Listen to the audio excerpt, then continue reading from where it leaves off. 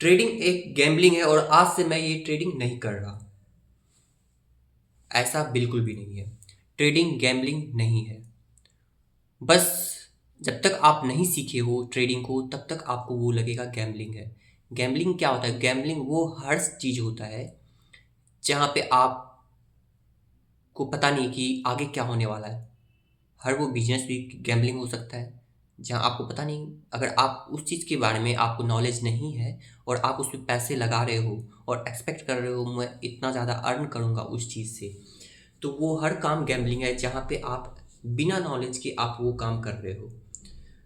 जैसे कि मैं बताऊं कि ट्रेडिंग गैम्बलिंग है या फिर नहीं, आप बताना मुझे कमेंट में। पहले मैं एक्सप्लेन कर देता हूँ कैसे।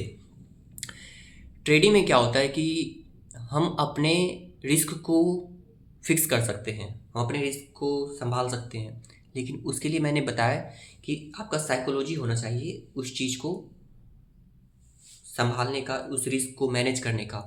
अगर आपके पास वो साइकोलॉजी नहीं होगा तो आप अपने ग्रीड में आकर या फिर आप अपने फोमो में आकर उस चीज़ को लॉस कर दोगे अपने सारे अमाउंट को, और आपको फिर एक टाइम के बाद लगेगा कि ट्रेडिंग भी गैम्बलिंग है। जबकि ऐसा मुझे नहीं लगता कि वो ट्रेडिंग गैम्बलिंग है। अब ये मत बोलना कि मैंने अभी तक पैसा एक भी खर्च नहीं करा उस पर, क्योंकि मैं सोचता हूँ कि पहले मैं सीखूंगा उसके बाद खर्च करूँगा। और ट्रेडिंग के अंदर बस सिंपल सा कॉन्सेप्ट ये होता है, अगर मानो ट्रेडिंग कोई भी 100% ट्रेडिंग के अंदर प्रॉफिट नहीं कर सकता। अगर वो मानो कि 10 ट्रेड लिया और 10 ट्रेड के अंदर वो हर ट्रेड में सिर्फ गेन और गेन करे जा रहा है, मतलब वो अपना इनकम बनाए जा रहा है, उस ट्रेड को प्रॉफिट में किए जा रहा है। हो सकता है ये रैंडम है, बट ऐसा हर किसी के साथ नहीं होता कि आप 10 का 10 ट्रेड लिए और 10 का 10 ट्रेड आपके फेवर में आया हो। इसमें से अगर आप 50% भी ट्रेडिंग सही कर पाते हैं, अगर 10 में से 5 ट्रेडिंग भी आपकी सही जाती है, तो आप एक अच्छे ट्रेडर में गिने जाओगे। तो आप बोलोगे 10 में 5 ट्रेडिंग तो क्या फ़ायदा, नुकसान ही होगा? नहीं, उसका एक तरीका होता है। मैंने देखा कि वहाँ बताया गया कि 3:1 या फिर 2:1। अगर आप मान लो कि 100 रुपये लॉस करने के लिए तैयार हो किसी एक ट्रेड के ऊपर, तो आपको वहाँ पे रहना चाहिए मैं इस ट्रेड के ऊपर जो मैंने अपना सेटअप बनाया है, तो उसके अंदर मैं क्या करूँगा कि उसका जैसे 100 रुपये लॉस करने के लिए मैं तैयार हूँ, तो 300 रुपये मैं अर्निंग के लिए इसके अंदर मैं ये सेटअप मेरा बना हुआ है। अगर ज़्यादा से ज़्यादा हो सकता है इसके अंदर 100 रुपये लॉस होगा और ज़्यादा से ज़्यादा मेरा 300 रुपये अर्निंग करूँगा इस ट्रेड के से, इस ट्रेड पार्टिकुलर ट्रेड से, और मैं एग्जिट हो जाऊँगा।